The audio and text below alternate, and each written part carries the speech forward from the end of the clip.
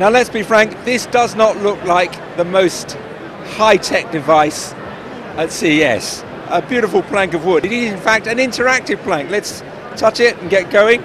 It's connected to all of your smart devices around the home. It's a sort of control interface.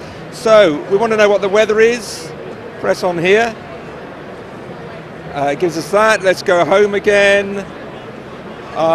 We can get to our music. Put up the volume on there, on our Spotify. We can even talk to the interactive plank, which is called MUI. What's the weather like today?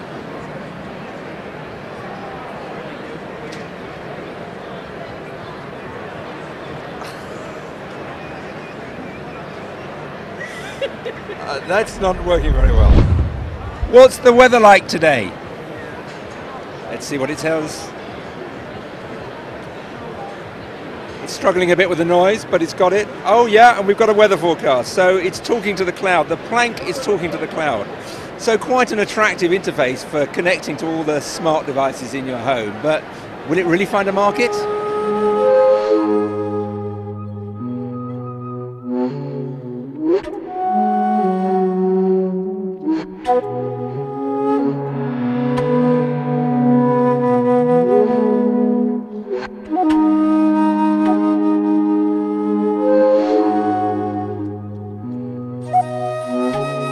So Kaz, it's a beautiful thing, but why would somebody want that in their home?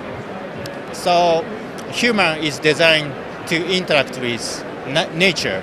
So we put the natural material between you and the information, so you can get natural feeling rather than touching or talking with plasticky or glass like traditional gadgets.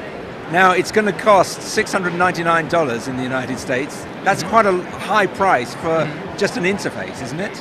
But so yes, it's relatively higher because of our small sourcing powers. But also we use very rich materials like wood. But it's going to be cheaper if we can get more volumes.